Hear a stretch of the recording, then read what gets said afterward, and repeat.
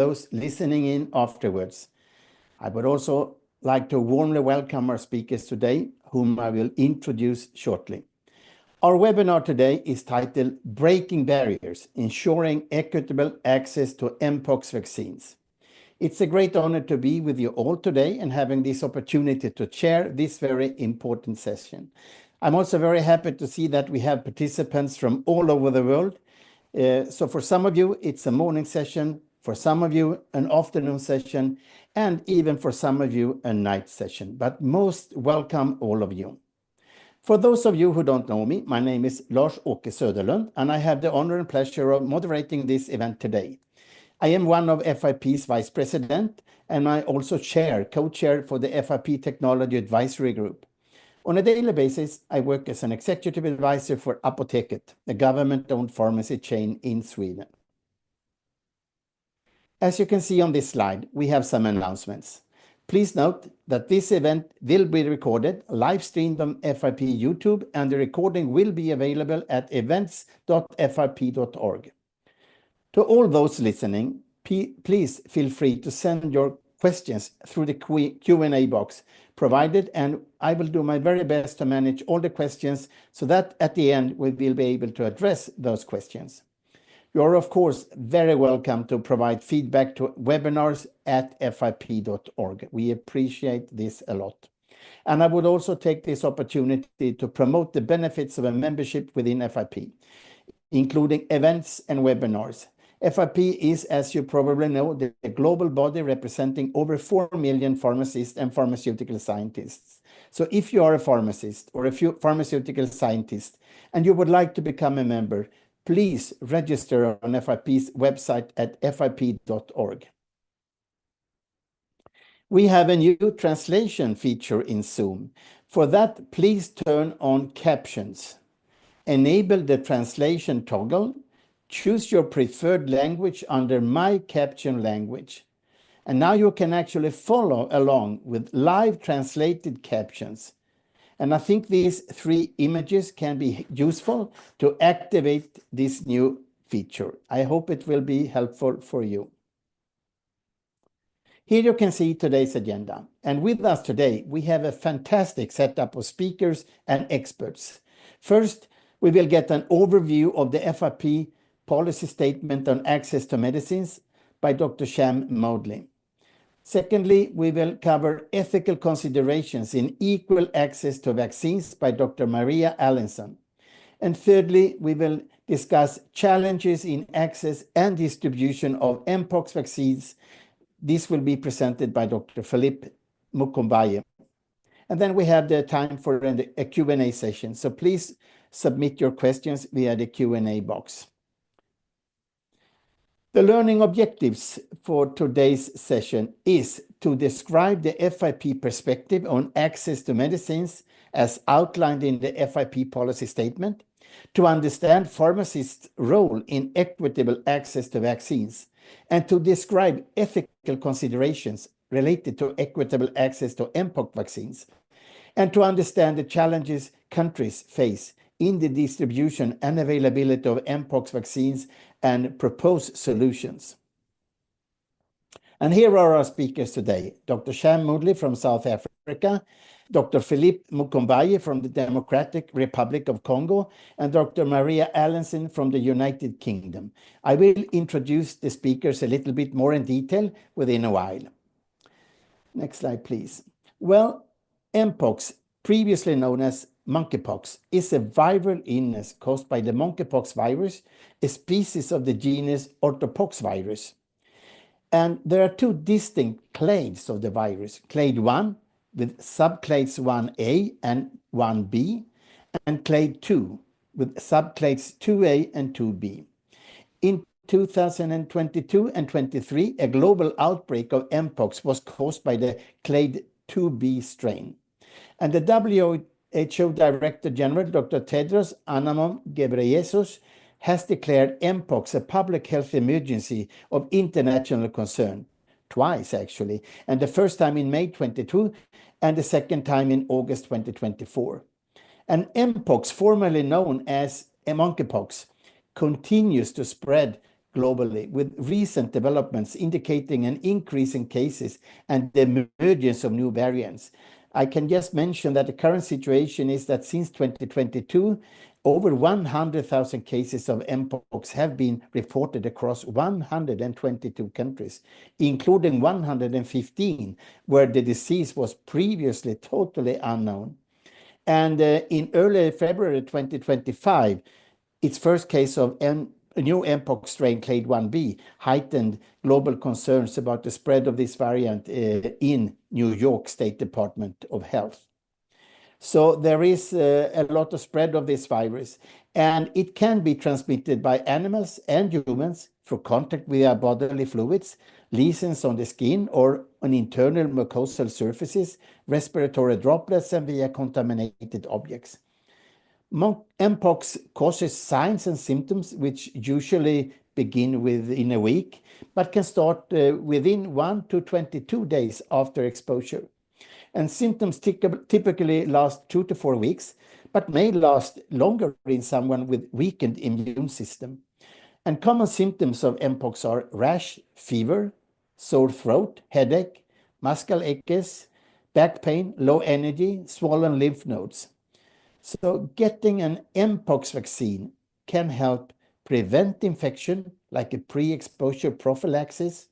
It is recommended for people at high risk of getting Mpox, especially during an outbreak. And groups that might be at a high risk of Mpox include health and care workers at risk of exposure, people in the same household or close community as someone who has Mpox, including children, and people who have multiple sex partners, including men who have sex with men, and sex workers of any gender and their clients. So it is now my great honor and pleasure of introducing our first speaker, Dr. Sham Moodley from South Africa.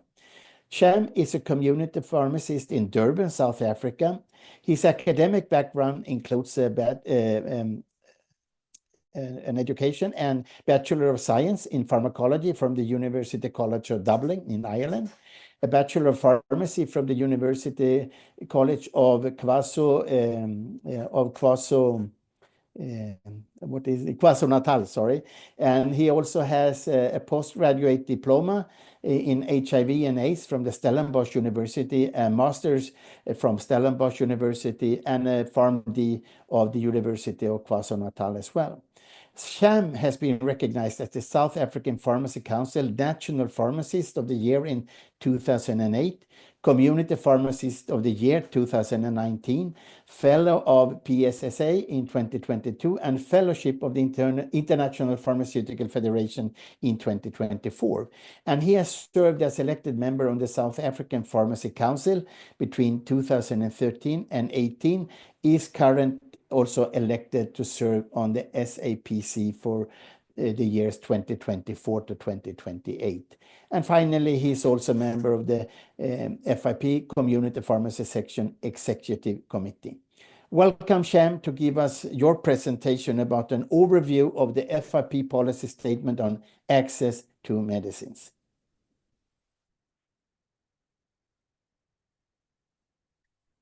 Thank you, Lars. And it's a real pleasure to be here today. Thank you for the invitation from PHEIC and that introduction. My task really today is to look at the policy document that has been designed by PHEIC and look at some of the issues related to medicine access. So as an introduction, the International Pharmaceutical Federation is a global organization representing pharmacists and pharmaceutical scientists advocating for optimal medication use and access to medicines. The vision of PHEIC is a world where everyone has access to safe, quality, and affordable medicines, with pharmacists playing a pivotal role in achieving this. In my next slide, just some introductory notes on Mpox itself. As you can see, there's a significant number of cases reported up to 2022, which was around 100,000 confirmed, and this spreads over 120 countries internationally. While the virus is endemic in parts of Africa, it does present a global health security risk, as you can see. The WHO, as you've already heard from the chair, has declared the situation a public health emergency of international concern. In my next slide, this demonstrates the Mpox cases since 2022 that's mapped out in this heat map. And you can see a large number of reported cases in the Americas and parts of Europe. And the next slide, you will see that while the current source of the community transmission is in this area of Africa, that orange section that you're seeing, its widespread impact is really linked to the international travel that we have today. It's therefore become imperative that we take an international unified position on equitable access, and this is what the policy document of FRP actually demonstrates. In my next slide, in examining the challenges faced in access, 4 distinct areas emerge. The economic barriers dominated by medicine costs, especially in the low and middle income countries, the geographic barriers where large groups of patients are unable to access healthcare and healthcare providers, and then the issue of lack of awareness, almost like a knowledge gap that exists about proper medication usage and potential drug interactions among patients, leading to suboptimal treatment. The last issue is the issue of policy barriers, where regulatory hurdles and inadequate policies hinder access to medicines.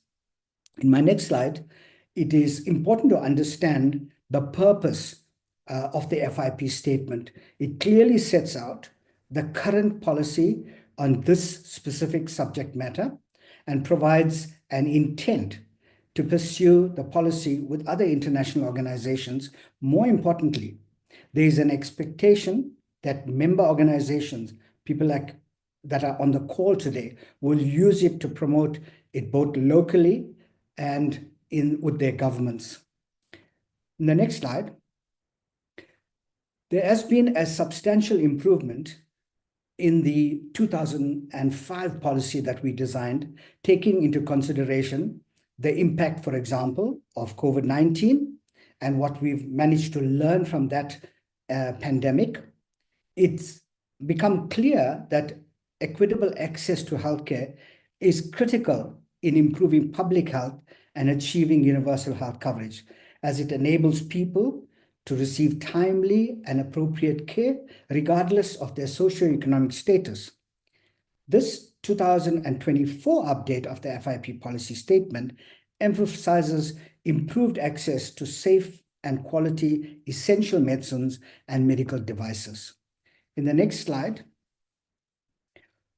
as you can see, the general remarks when we examine the old statement and moving to the new statement, this ensured that the new statement aligned to the developmental goals, considered the relevance to the political and global health context, and this we took into consideration the pandemic, the wars that you are seeing, the emergencies, the antimicrobial resistance, the climate change, and the use of technology. The task team also considered that it should be as broad as possible and reflect the global pharmacy and a global pharmaceutical strategy. The statement also covered not only the medicines itself, which the first policy did, but it extended itself to medical devices and services. Next slide. So for us to deliver these 21 FIP developmental goals, an important policy of FIP, we will need to demonstrate impact, the impact and evidence and the intelligence. And in order to support this, evidence is required, especially around data. And the source of this data is yourselves, your organizations, and your country. And this comes up from member organizations all the way up to PHEIC, and it assists PHEIC in developing both policy and providing the necessary reference to what these documents look like. In the next slide, so you can see that the new statement is clearly aligned with several of the FIP developmental goals, especially the development goal 18. This starts the talk to access medicines, devices, and services, and describe how to optimize access through innovative medicines, medical devices, and pharmaceutical care. It outlines the framework and needs for education combined with effective training to promote the desired patient care outcomes. The next slide. So the rationale for development of this statement focuses on key principles of universal health coverage and ensures equitable access to safe, effective, quality medicines and medical devices for all. The challenges will persist, and this includes the differing regulatory requirements, the supply chain disruptions, the manufacturing capacity constraints many countries face, and the detrimental pricing strategies that might prevent access. This has resulted in increased medicine shortages, and I'm sure a lot of you might have experienced it across the world, and contributes to healthcare inequalities and inequities. More importantly, it highlights the critical role of the pharmacist ensuring access to essential medicines and medical devices. In the next slide, the statement provides pertinent recommendations to enhance healthcare access worldwide in addressing disparities, including essential medicines and medical devices. It recommends that pharmacists, policymakers, and other healthcare professionals work together to reduce health inequalities and improve overall healthcare outcomes for populations worldwide. In the next slide, this is really basically the outline of what we covered in the policy document in terms of the different types of headings from the preamble, introduction, and then the FIP main recommendations, the commitment of FIP, and it also provides you with a set of reference materials. In the next slide, so the key points I want to highlight from the document itself. First, the focus on universal access to essential medicines, including in emergency situations and for vulnerable populations. The pharmacist's role in providing medication information, counseling, and promoting rational drug use to improve access. Thirdly, our advocacy role in encouraging governments to implement policies promoting affordable health prices, drug registration streamlining, and robust drug distribution systems. And lastly, the importance of collaboration between governments, the pharmaceutical industry, healthcare providers, and other stakeholders to address the issue of medicine access. Next slide. So all of these requirements require really specific action by stakeholders. And just to highlight what are some of the few actions we are asking for. First, from governments, we need to implement drug pricing policies to ensure affordability and invest in strengthening healthcare infrastructure in underserved areas.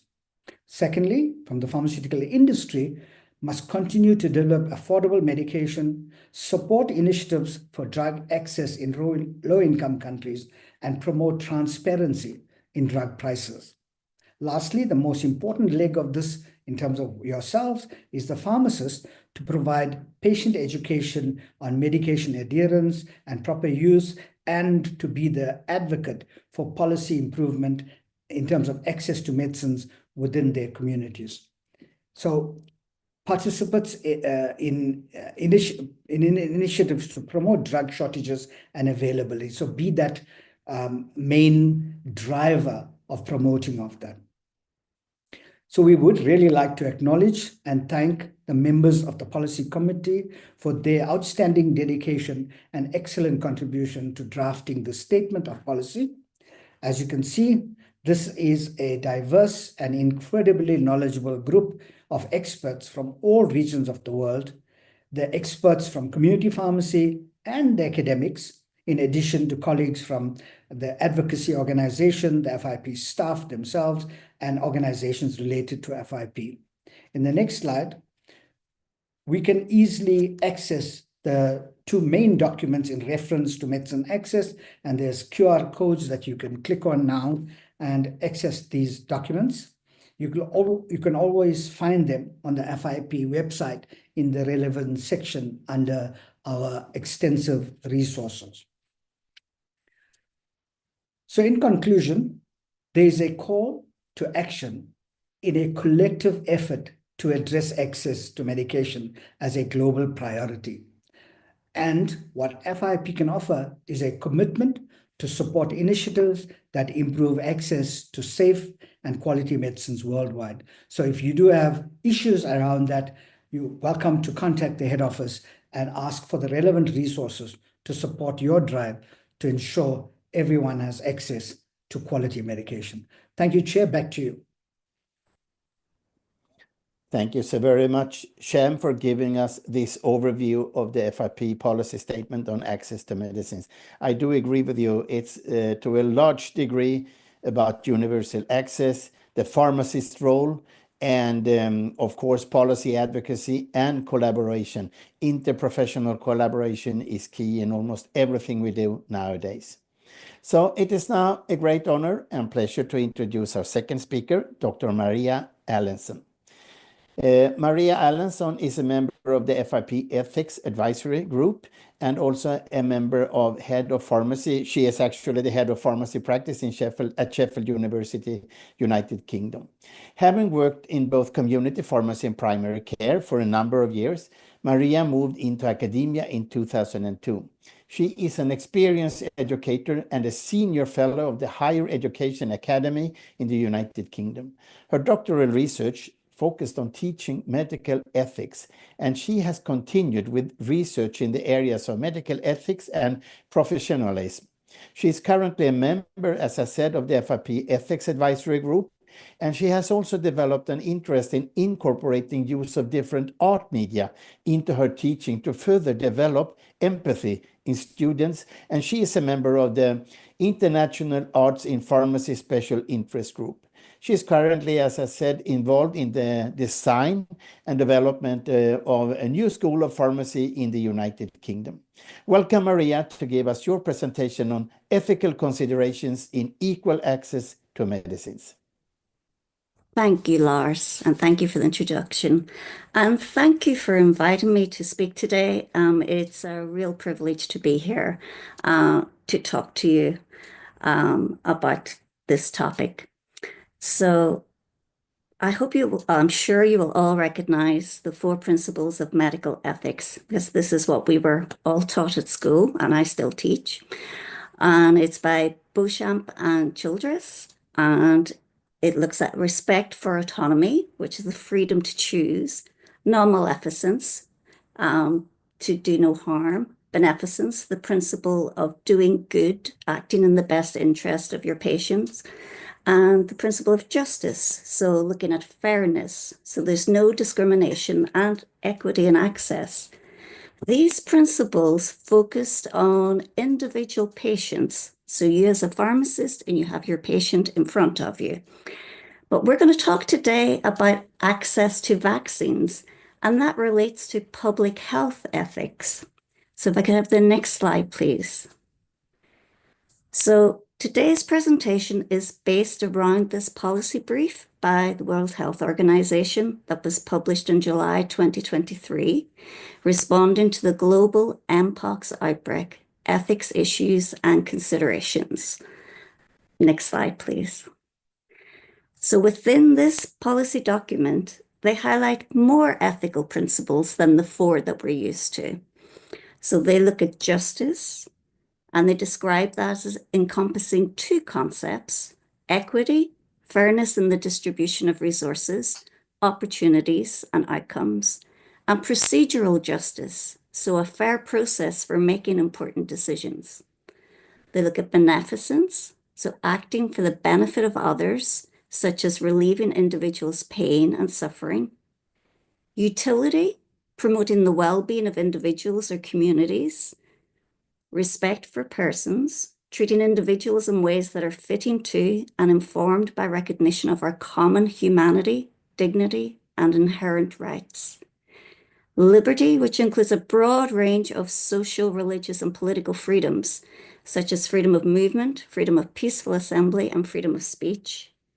Reciprocity, so making a fitting proportional return for contributions of people. If you give, you should get back in return. And solidarity. Solidarity is a social relation in which a group, community, nation, or potentially a global community stands together, justifying collective action in the face of common threats and supporting efforts to overcome inequalities. So you can see that the WHO have highlighted a broad range of ethical principles. So you're not just considering the individual patient in front of you, you're considering the whole population as well. Next slide, please. I'm going to talk through some of the ethical issues highlighted by the World Health Organization that apply within the context of the access to the Mpox vaccine. And I'll talk first about solidarity. But I just want to say that I'm going to discuss issues that are relevant at different levels. So for example, some things will be relevant to someone who's involved in national policy or working in health authorities, right down to pharmacists who are working with their pharmacy teams on the front line. But ultimately, I'll be discussing the ethical principles relating to accessing vaccines. So this includes initial international allocation, which relates to solidarity, going on to who to prioritize scarce resources of vaccines within a population, and then how to encourage patients to come and access that vaccine themselves.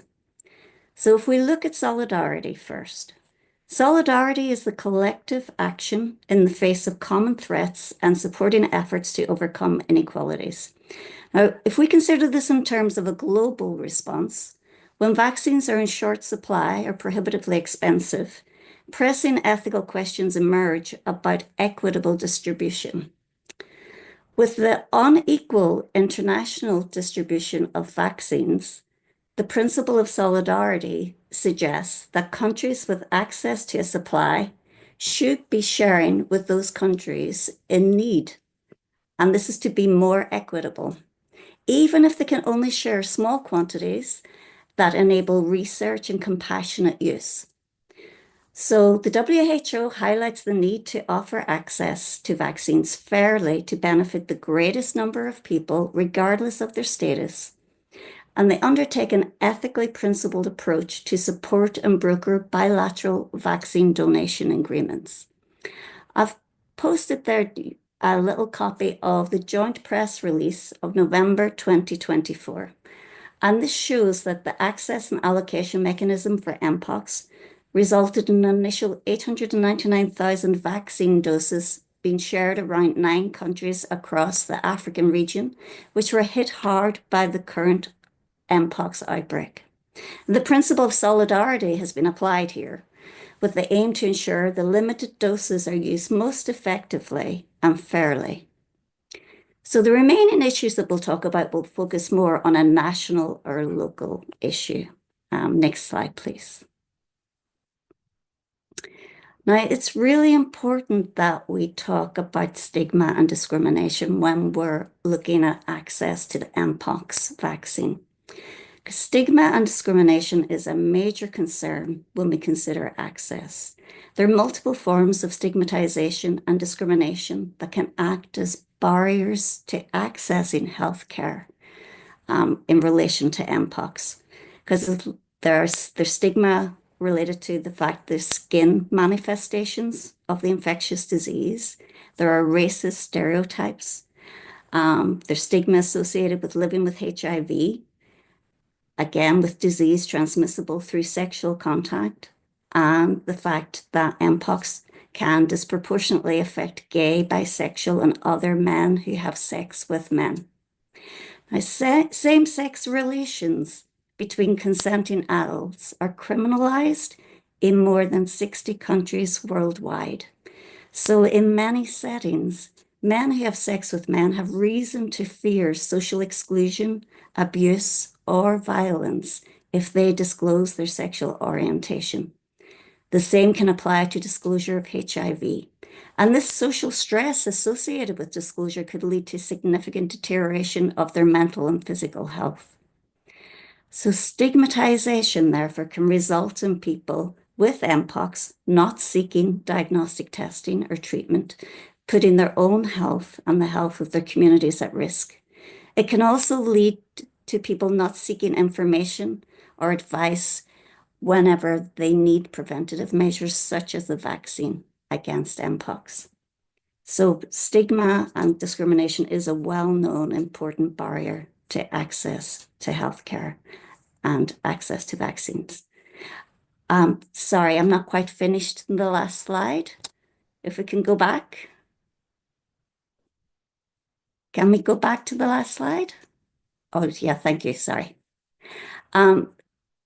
The World Health Organization published interim guidance, which I've shown on the screen, and this was published in June 2022. Now, it's important to say that the actual guidance came out in September 2022, but there's a reason why I put the interim guidance out here.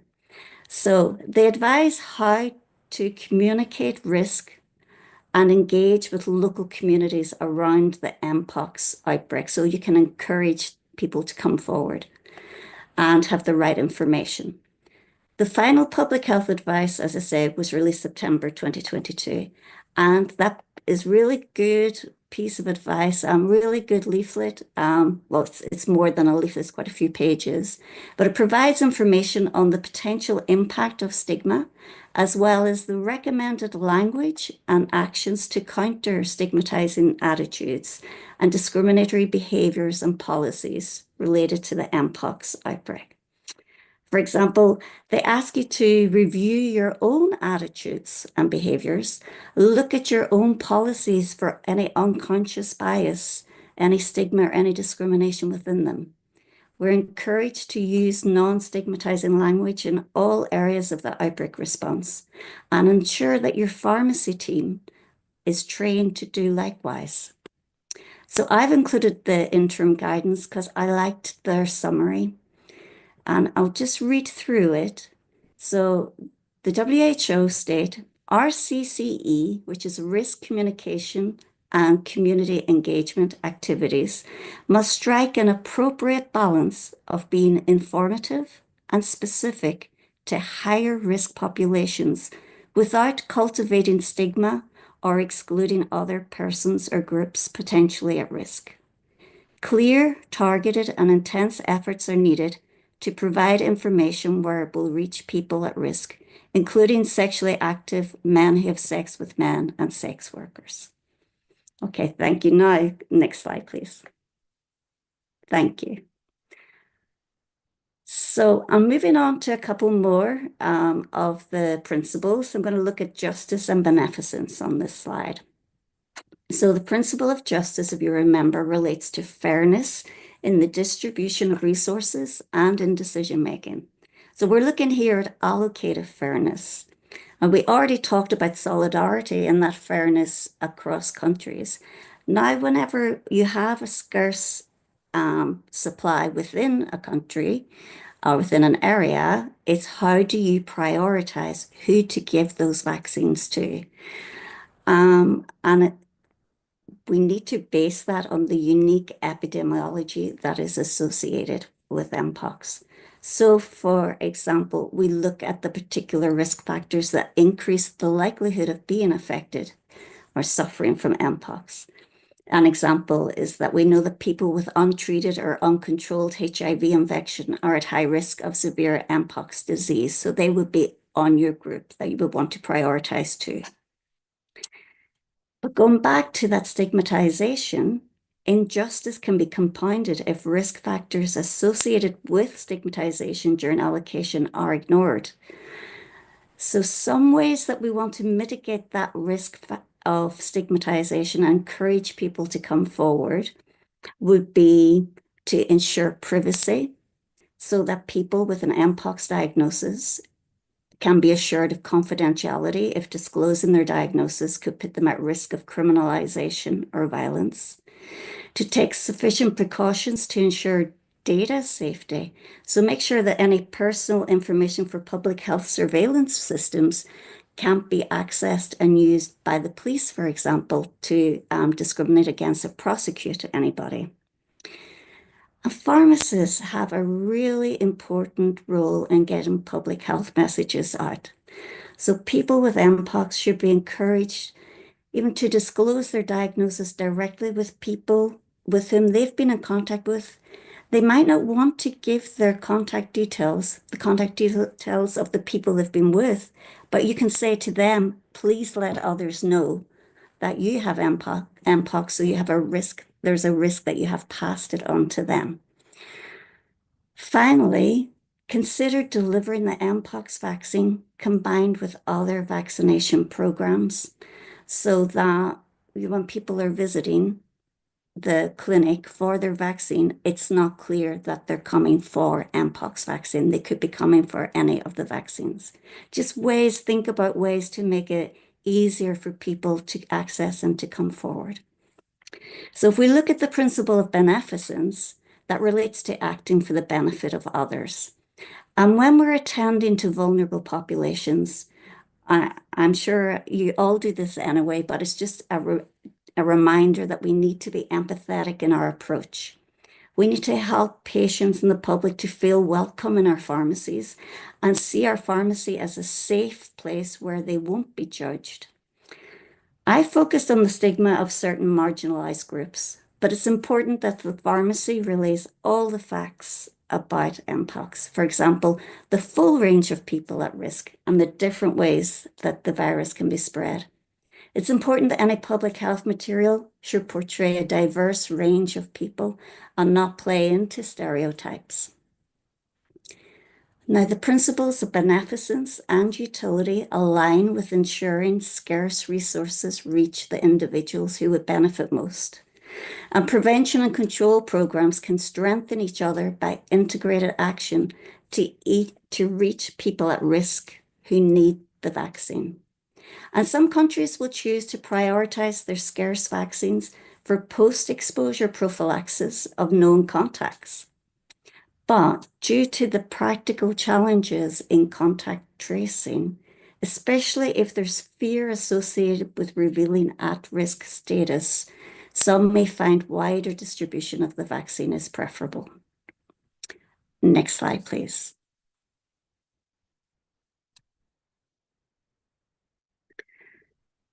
So another principle that I'd like to speak about is around respect for persons. And this relates to respecting our common humanity, dignity, and inherent rights. So this is a balance between health of the population and health of the individual.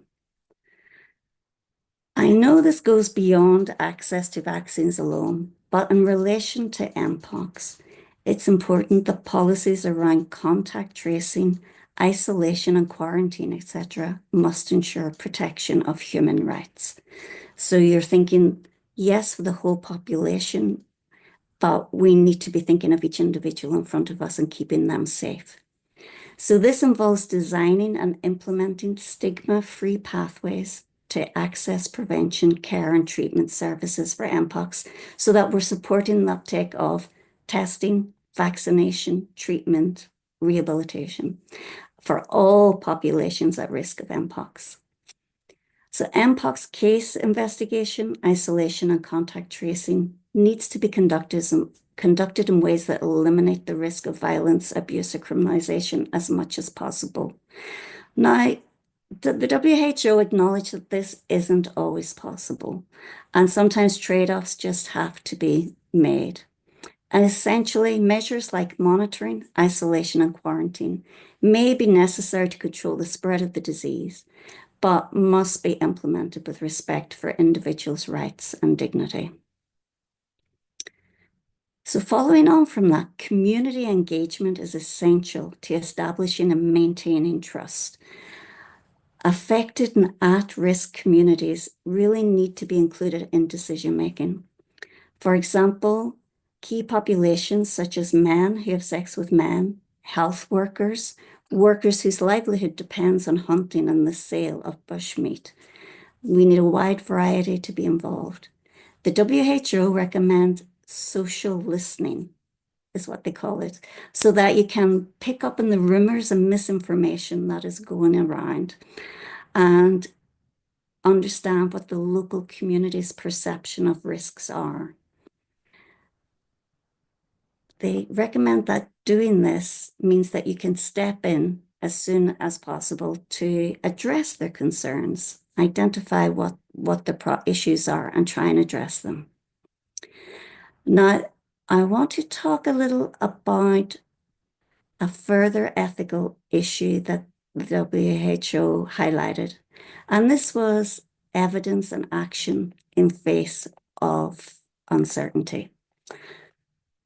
I'm conscious that this policy was published in July 2023, and evidence may have moved on around vaccines since this was published. And I'm sure there are people on the call who are more knowledgeable on the evidence around the vaccines than I am at the moment. But I still felt it was important to raise this point. So according to WHO, an ethical tension exists where products such as vaccines with limited evidence of effectiveness within the context of an Mpox outbreak, products should be considered safe and effective to protect individuals and help stop the outbreak. But because uncertainty may exist around the effectiveness of those products within these circumstances, then more evidence really should be collated. So if we have respect for persons, we want to make sure that we're giving them vaccines that there's strong evidence to support them. But when it comes to beneficence, we think we want to give them what's the best. How do we know it's the best if we haven't got all the evidence? So there's that tension, that uncertainty, and resource constraints, infrastructural capacity means it wouldn't be feasible to set up randomized controlled trials or even appropriate clinical studies for every population that would require a given Mpox intervention. So because of this uncertainty that may still exist around the evidence, it's important that benefits and risks involved in accepting or not accepting a vaccine is discussed, even if it might make more people a bit reluctant to accept the vaccine. Because as a matter of principle relating to respect for persons, people need to be able to make an informed decision. Mandatory vaccination couldn't be introduced, as that would undermine an individual's autonomy and their liberty. Next slide, please. So finally, I'd like to highlight a scoping review that was published by LDN et al. In 2024. And they identified ethical considerations from published literature relating to the Mpox outbreak. They identified 32 studies, and they noted a real surge in misinformation and societal stigma. So this is looking at everything that was published within a year or so. So I'd just like to read their conclusion because I think it just underpins everything or reinforces what we've been saying. The study's findings underscore the imperative need to enhance public awareness, involve civil society, and promote collaboration among policymakers, medical communities, and social media platforms. These collective endeavors are crucial for mitigating stigma, averting human-to-human transmission, tackling racism, and dispelling misconceptions associated with the outbreak. Next slide, please. So in summary, ethical considerations do play a major role in the design and implementation of policies for Mpox outbreak response. Pharmacists have a really important public health role in educating the public, in addressing misinformation, in combating stigmatization, and supporting people at risk to make informed decisions.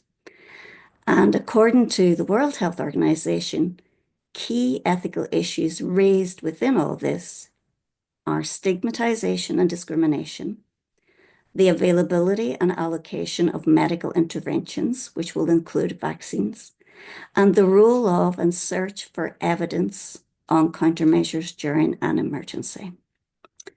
And the next slide is simply a thank you slide. So thank you everyone for listening. Thank you so very much, Maria, for this very important overview. I would say that linked to the results of the study, ethical considerations demand transparency, inclusivity, and responsible communication to prevent, as you say, misinformation, discrimination, and stigma, and upholding integrity and fostering collaboration among stakeholders ensure a fair and just response to public health challenges. So this is very much in alignment with the FIP statement of policy as well. So ethical considerations in equal access to vaccines, I believe, strongly ensure fairness, prevent health inequities, and protect vulnerable populations. So transparent distribution, affordability, and addressing also socioeconomic disparities are crucial for ethical and effective vaccination efforts. Thank you so very much. It is now my honor and pleasure to introduce our third speaker for today, Dr. Philippe Mukombayi, Assistant Lecturer at the University of Kinshasa, the Democratic Republic of Congo. Philippe is a pharmacist, a pharmacologist, and a vaccinologist with over a decade of experience advancing healthcare initiatives that enhance access to safe medicines and medical products, particularly in resource-limited settings. Throughout his career, Philippe has contributed to epidemic responses, including Ebola virus, COVID-19, and now Mpox diseases. And during his free time, Philippe loves traveling, cooking, and music. Welcome, Philippe, to give us your presentation on challenges in access and distribution of Mpox vaccines. Thank you, Lara, for the introduction, and thank you for the invitation to this session. The challenges in Mpox vaccine access and distribution in Democratic Republic of Congo. So I will start with the epidemiological situation. So during the epidemiological week. Is your camera open now? We can't see you. Yeah, Yes, so yes. I just Thank closed you. it because of internet challenges. Maybe it might lower the connectivity. Okay, I see. Sorry for the interruption. Yeah. So during the epidemiological week 5, which spans from 3rd to 9th February 2025, around 500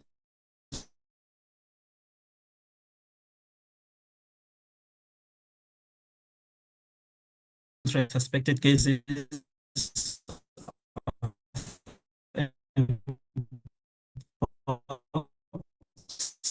have been reported.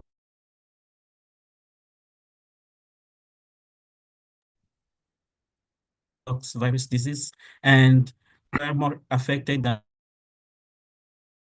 There is actually 5 provinces that are most affected. Next slide, please.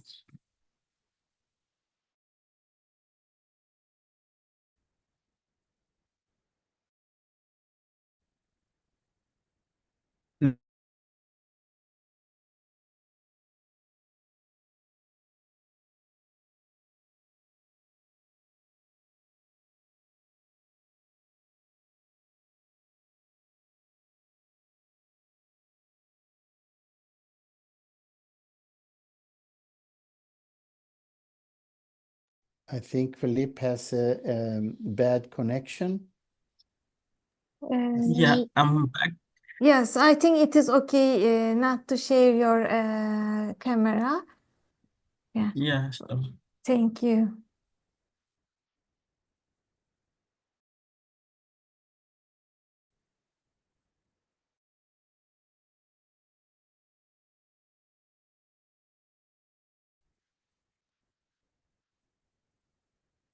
Mm. Felipe, are you speaking? I can't hear you.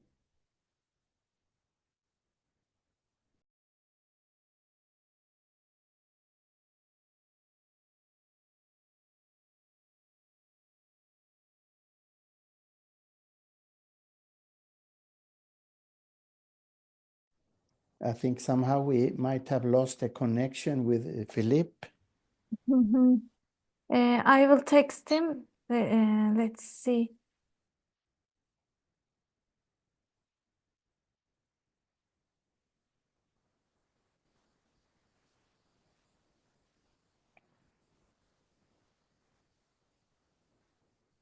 We apologize for this interruption, but sometimes this happens. Philippe, are you back again? yeah, I'm back. Can you hear me? Yeah, we can hear you. We hope it works well now. Please continue. Yeah. Yes, I can hear you. So I will continue. So up to week 5, 2025, a total of 14 cases of Mpox have been confirmed, and around 1,500 deaths have been occurred, for a fatality rate of around 2%. Next slide. Yeah, so DRC have selected vaccination as one of the countermeasures to stop the spread out of the Mpox virus disease. And the goal is to vaccinate at least 80% of targeted population, and also vaccinating people at risk of Mpox transmission or developing severe disease in the response priority zones. Also ensuring surveillance and management of all possible cases of adverse event following immunization linked to Mpox vaccination, and strengthening operational research on Mpox vaccination by documenting field experience and on the use of MVA vaccine for children. As we know, all these vaccines there is much to learn on these vaccines, and research are still going, and every immunization campaign is an opportunity to generate more evidence on the effectiveness of these vaccines. Next slide. Yeah, so this is how DRC prioritized the vaccination era and also vaccination population to, so for the target area, 4 criteria have been developed. The first is the weekly notification of Mpox cases in the health zone. If a health zone have reported at least one suspected case successively during 3 weeks, 3 weeks, and or if the health zone have reported at least one confirmed cases in the last 6 weeks. The second criteria is the local incidence of the disease in the health zone. If it is higher than the national incidence, that health zone would be prioritized for the vaccination. Another criteria is the notification of cases in collective structures such as prisons, boarding schools, care facilities, or retirement homes. The last criteria is the presence of risk for vulnerable population, like displaced person sites and or concentration of key population, given the high risk of transmission. Next slide. So the key population include frontline health workers in affected health zones, and key populations such as sex workers, men who have sex with men, and transgender people, children aged 1 to 17 years old in affected areas, veterinarians, hunters, eco-guards, people involved in the trade in affected area, and also contact persons of suspected or confirmed cases. So this last this last target is for the post-exposure prophylaxis, and the estimated number of people to be vaccinated is around 3 million. And also this is based on the actual epidemiological data, but this may increase depending on how the outbreak evolves. Next slide. So 2 vaccines have been selected for the vaccination campaigns. The first is MVA vaccine, which is given in 2 doses in 5 weeks apart in the general adult population. It's a 3rd generation vaccine, live attenuated virus. It is presented as a liquid lyophilized and single dose vials of 0.5 ml. So some local and systemic adverse events have been commonly reported in MVA vaccine recipients. No cases of myopericarditis or severe adverse events requiring hospitalization have been reported. The second vaccine is LC16, which is a single dose prioritized for children under 18 years. It's also a 3rd generation vaccine. It is presented as a lyophilized multi-dose vials containing 250 doses. There are some local and systemic adverse events reported, but all are mild to moderate, and no case of pericarditis or myopericarditis have been reported. Next slide.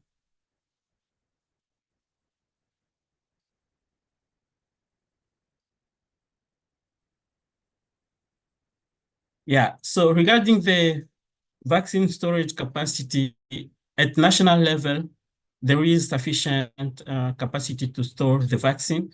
We have a minus 80 capacity that allow to receive up to 150,000 doses of MVA, and a minus 20 capacity that allow to receive up to 5 million of LC16 doses. Next slide.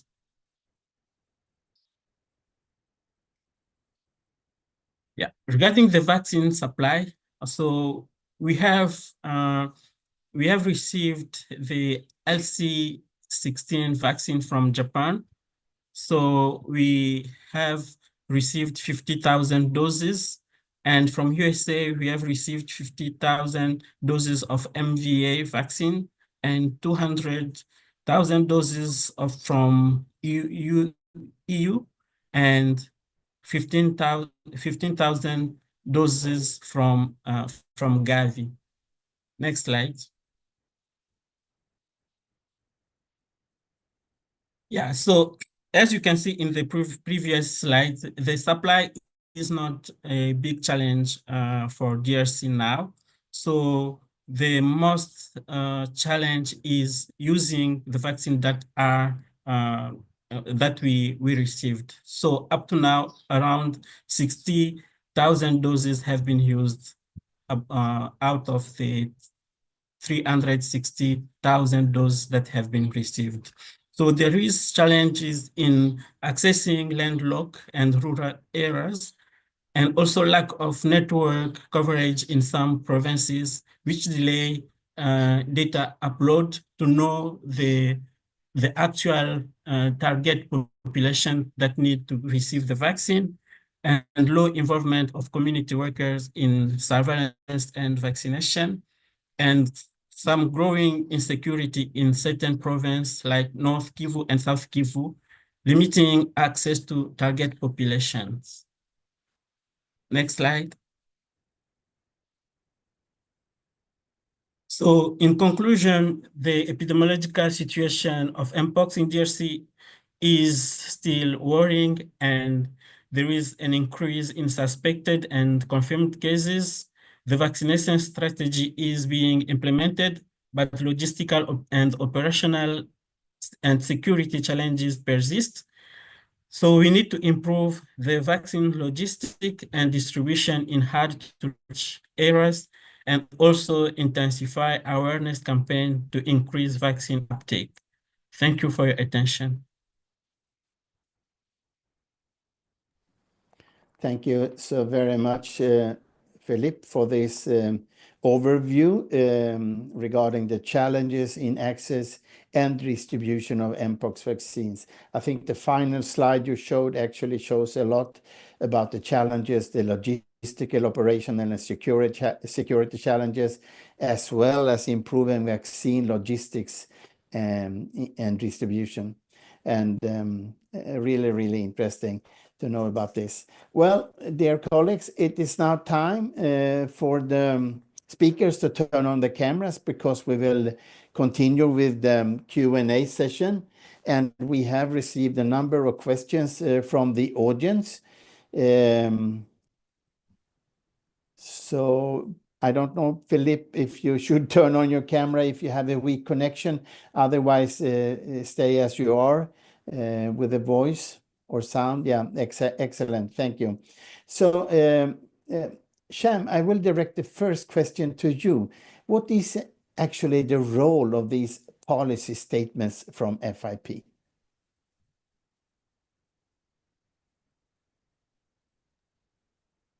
Thanks for that. I think the starting point for FIP is it really allows our member organizations in various parts of the world to identify unique problems that they may have. Mpox is a really good example of an experience in Africa, and highlight that to the main organization, FIP. So immediately it creates a channel that opens up the possibility of us having discussions on very unique issues that happens across the world under the banner of pharmaceutical care. That's the first issue.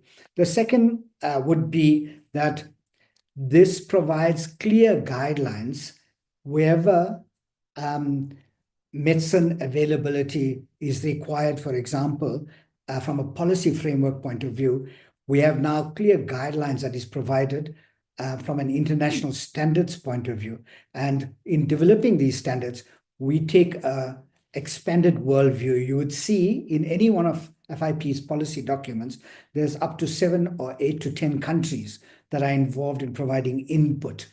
And that allows the policy development to take a really expanded view on how to manage that. And I think the third thing is that it creates a framework for us to talk about various pharmaceutical policies with other organizations, with governments, including with the WHO, the United Nations, for example. So those are important policy framework that gets developed and gets guided through to other organizations, and of course, member organizations themselves. Thank you so very much, Sham. Maria, you mentioned in your presentation the importance of social listening to identify and address concerns. Can you give some examples of sources you might use to find out what those concerns are? Well, the World Health Organization does recommend a few different ones, Lars. So they say that you should look at digital sources, such as platforms like TikTok, social media, Facebook, Twitter, is it called X now, to see what's been said, and to see what's been said by influencers, or even just to look on Google search engine just to see what's there. Also to listen to what's in the media and see how that is being portrayed as well. But they also talk about trying to get feedback from health workers on the ground. So part of that is just listen to your team, your pharmacy team where you're working as well, and finding out from them what kind of questions they're getting and what kind of things they're talking about in regards to if there are any myths going around. They also suggest, and I don't know how realistic these are, and I think it depends from one community to another, but they talk about arranging your own community meetings, local meetings. So either setting up, establishing ones yourself, or fitting into other already established networks. So in some areas, there might be LGBTQ networks where people are talking about it. And if you could arrange to go to one of their regular meetings and sit in and listen to them and answer questions and clarify things for them, they suggest all those different ways. They also go as far as talking about formal focus groups as well. So wide range of ways to try and find out what is going on in the local community and what people think, what their perceptions are, and how you can find out what their fears are, concerns are around it so that you can address them. Yeah. That Thank answers you so your very question. much. Yes, thank you so very much. Indeed, a very good answer. Thank you. Philippe, in this perspective, how can pharmacists play a role to promote access to Mpox vaccines? Yeah, thank you, Lars, for the question. So where vaccines are available, pharmacists can play a key role in raising awareness in community, and also breaking misinformation in the community, and also engage in community education on prevention of Mpox diseases through vaccination. Thank you, Philippe. I have another question here for you, Maria. Can ethical principles be maintained in such rapid or discrete and challenging outbreaks with a significant impact on people's belief to follow solidarity? Yeah, I mean, I am talking from a very theoretical standpoint, and we all like to believe that we can uphold our ethical principles all the time. But I think maybe that whoever wrote that question is alluding to the fact that, you know, it's not easy on the front line. And maybe, Philippe, you probably are as well, if not better, placed to answer that than I. I would like to think that we can remain ethical, and all we can do is be an advocate for our patients, be there and speak up and address concerns if we are not happy with what we see, make our voice heard to local government or wherever we can have influence. But you know, I'm very conscious that it's easy to preach from an ivory tower that this is what we should do. But you know, I'm sure that it's not easy, and it's not always easy in practice to make those choices. I hope that we're all principled enough ourselves that we will. Yeah, I don't know, Philippe, if you want to add to that, if there's anything you think from your perspective. Yes, at least never forget that the ethical principles are our guiding principles. But perhaps Philippe and Shem would like to make a comment. Yeah, so when developing vaccination strategies, it's not just going and start vaccinating people. So there is many activities that during the preparation phase where we discuss with every key stakeholders, including community representatives and civil society, and discussing, and we might include a large and broad range of population of people, just to make sure that the activity we are undertaking will be accepted by everyone in the community. Thank you. Shem, would you like to comment? Yeah, I think, Lars, from a pharmacist point of view and a healthcare professional point of view, obviously there are many guiding principles, and obviously that keeps us on our toes. I think that paper that was presented earlier by Maria in terms of I think it was L. Dean on BCM. That paper there talks about community engagement, engaging with other people around you. I think that also keeps the ethics in place. When you start to consult widely, it assists with ensuring the ethical principles are there. Where you're going offline, other people using their own principles will guide you back. Obviously, the issue of how medicines are distributed, how vaccines are distributed across the world, the questionable ethics around that. We've seen it in COVID, probably going to see it in Mpox. It's really difficult to manage. There's a lot of political influences, and countries take care of themselves. You don't blame them for it, but I do think that from a healthcare professional point of view, we really need to be guided by the fact that we have a patient in front of us and have to do the best we can for them. Yes, I agree. Thank you so very much. I recently attended a congress where we actually discussed vaccinations and also linked to the influencers. There are many people who actually are advocating for not being vaccinated. But after clean water, the WHO says that vaccinations is the best resource for a healthy country, for a healthy community.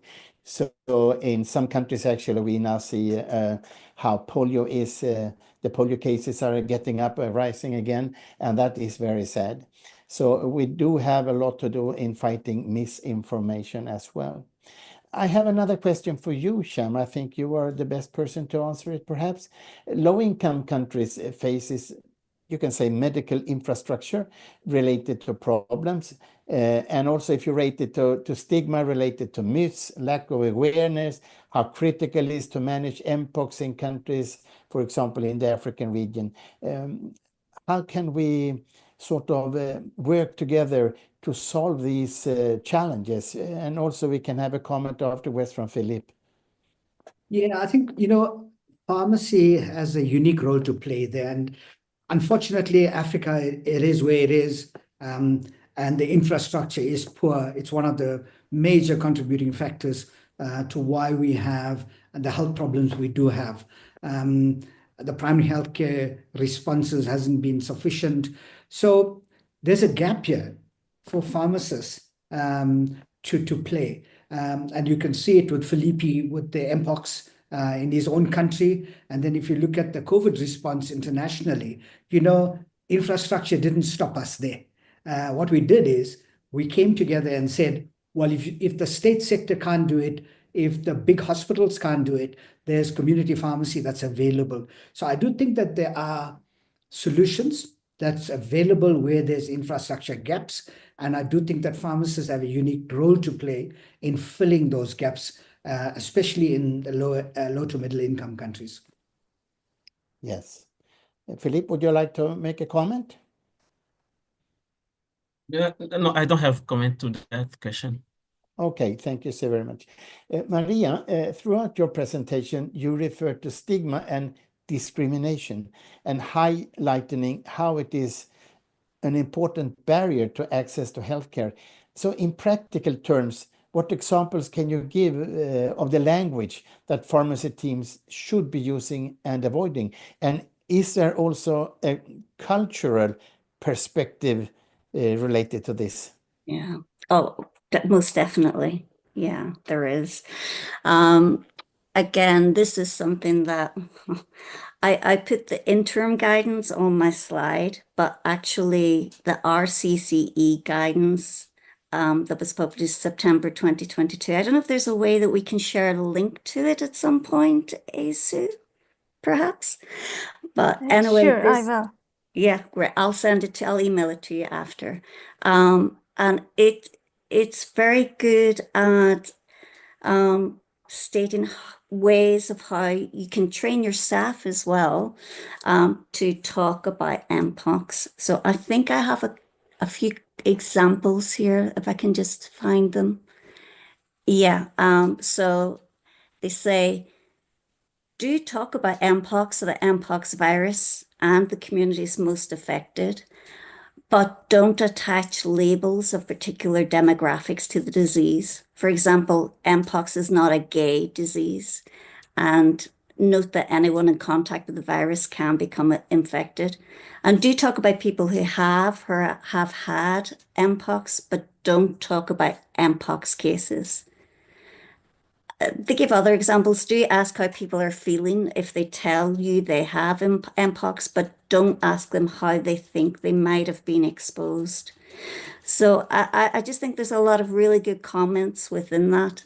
So for people working in countries where this is an issue, I think this is a very good piece of literature that's very easily digestible that could be shared with your staff. Would that be okay, Azu? If I don't know if I should email it to you now or how to do it. Yes, if you can email it to me, I can share with the attendants In the and chat. also, yes, and I In the can chat also box. share within the FIP team as well. Right. Excellent. Thank you Okay. so very much. Philip, Yeah, just do a comment yeah, please. to that. So usually when you do contact tracing to avoid stigma, you don't ask if it is like a case of sex workers. You don't ask with which person did you go with. You just ask with which person, with what person did you get into contact. So it's just a contact in general. Don't emphasize on the words that may raise stigma. Thank you, Philip. Another question to you. Do you have any ideas of how we can increase traceability of the outbreak as well as possible or associated side effects of the vaccines that should be shared?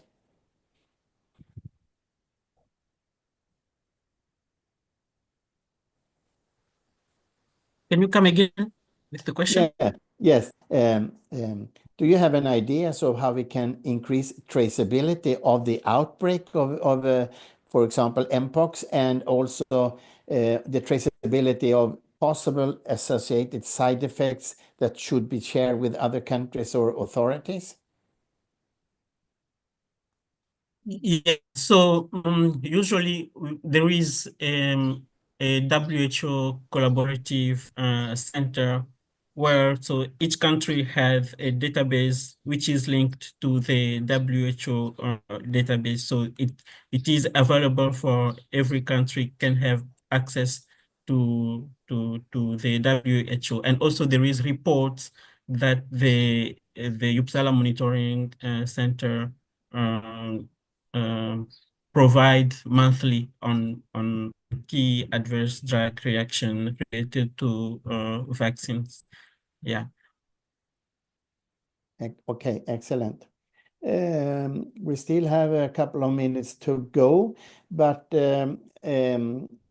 before we wrap up or summarize this event, perhaps I can ask you, all of you, and in relation to today's topic, breaking barriers, ensuring equitable access to Mpox vaccines. Can you, all of you, give a take-home message to our participants worldwide in respect to the title for today's session, Breaking Barriers, Ensuring Equitable Access to Mpox Vaccines? Maria, should you start? Sorry, Lars, I'm still finding this link. Can you come back to well, me? we take it over. Shem, please. Yeah, I really think the starting point is to try to understand the complexity of what we're dealing with. You saw in terms of the infrastructure issues, the distribution issues that Philippe highlighted, the fact that we're dealing with another -80-degree and -20-degree vaccine again. That's quite complex to deal with. So I think from the basic equation here is to try and equip yourself as pharmacy and pharmacy personnel within your own framework as to what this is, how to distribute it, and get as much knowledge as you can. The second issue is to understand that worldwide, I think through the access and allocation mechanism set up by the WHO, they said by end of 2024, we would have probably made access to about 5.85 million vaccines. So you can already see that we have a constraint problem. So in each of the countries, if you start to identify that infection itself, learn about the infection itself so that you can distribute that knowledge both to your community, to your staff, etc., it'll certainly help the bigger picture. And when you start to report and identify, so the idea is to stop the outbreak, expand the services related to those that are already infected, and of course, to try and protect for the future. So I think all of those together will probably be what pharmacy needs to be focused on. Good, Cham. And do you also, I mean, FIP has in each WHO region a forum. So perhaps that forum also can be a link or like a spider in the net to provide information to all the countries in that specific region. Yeah, correct. And I think if you got onto the WHO website, there's a ton of information on where the outbreak is, what the protocols are, what the vaccines that are available and where. So there is sufficient information, and you're absolutely right. FIP can play a critical role through our own networks. Yes, thank you. Over to you, Philip. Yeah, so to pharmacists, I think there will be questions from the community, from other healthcare workers on vaccines. And so I know pharmacists need to be equipped with the information on the vaccines available and on how these can be distributed in the context of each country, and also how they can help the population to seek for treatment for vaccines when they are at risk or exposed to Mpox virus. Thank you. Thank you, Philip. Maria, over to you. I guess I'd just like to focus. I know I talked a lot about it being population health versus the individual because it's public health issue, but you're going to have those patients in your pharmacy, and it's about having that empathetic approach, having that care. You have to have obviously the right information and be able to give the right information, but make sure that everyone feels welcome enough to come and get that information and to share with you and listen to you. So think of the approach and training your staff as well to have that right approach, and as well as the knowledge. Yeah. Thank you. Thank you so very much. Yeah, I think we all can agree that pharmacy plays a critical role in ensuring an equitable access to Mpox vaccines by facilitating both distribution, ensuring quality control, supporting public health efforts, but also act according to ethical principles. And of course, there are some key issues. As always, it's about the distribution and supply chain management. And pharmacies are key partners in managing the storage, distribution, and availability of vaccines. We actually help make vaccines accessible by providing them at the community level, especially in underserved and remote areas. Another important area is the education and outreach, and pharmacists educate the public to a large extent about the importance of vaccination. We have done that especially during the last years. The safety of vaccines and the role they play in preventing, in this case, the spread of Mpox. And I think we have a crucial role to address concerns and misinformation, ensuring people actually understand the benefits and importance of vaccinations, particularly in high-risk groups. And of course, as mentioned by Philippe, we have also a role in tracking vaccine distribution and usage, ensuring that supplies are being allocated and administered equitably. And it's all about collaborative efforts as well, working with other healthcare professionals and organizations like the WHO or local health ministries. And then we can't forget the cultural sensitivity and trust. And of course, as trusted healthcare providers, pharmacists play a unique role in building trust within communities. So as we now approach the end of our event, I would finally like to say that pharmacists do play a crucial role in breaking barriers to equitable Mpox vaccine access. An accessible healthcare professional, accessible healthcare professional, we provide education, we can combat misinformation, and we can address vaccine hesitancy.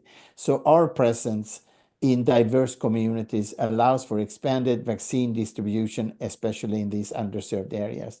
And we can also, and we do it to a large extent in many countries, facilitate convenient vaccination services, ensuring a timely immunization. But I think we still have actually some, well, we can say some challenges to face and to solve. To enhance our impact, I think we need to get more legislative support, a broader authorization for pharmacies to administer vaccines nationwide. It's about training and education, advanced training in infectious disease management and vaccine administration. It's about technology integration. We need improved data systems for tracking vaccinations and reporting. It's about community engagement. We need a stronger outreach program to address disparities. And finally, I think it's to a large extent about interdisciplinary collaboration. So I think by addressing these areas, which have also been mentioned by all of you, our fantastic speakers, I think pharmacies can further reduce barriers and improve equitable vaccine access. And in this regard, FIP is here to support you all who are listening to this event today, with resources, informative and evidence-based tools and protocols, and of course by supporting our member organizations in specific countries when needed. So by that, I think we can jump to the next slide. I would also like to invite you all to attend the 83rd FIP World Congress of Pharmacy and Pharmaceutical Sciences in Copenhagen, starting on the 31st of August until the 3rd of September 2025. The theme for this year's Congress is Pharmacy Forward, Performance, Collaboration, and Health Transformation.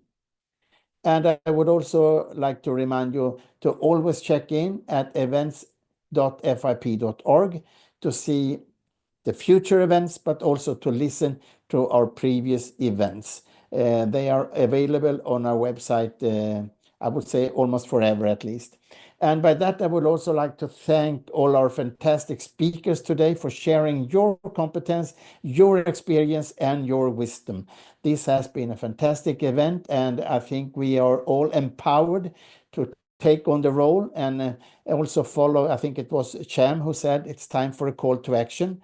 Actually, it is. So I hope you are empowered and continue the fight for the role of the pharmacist, as well as protecting our communities from these kind of outbreaks.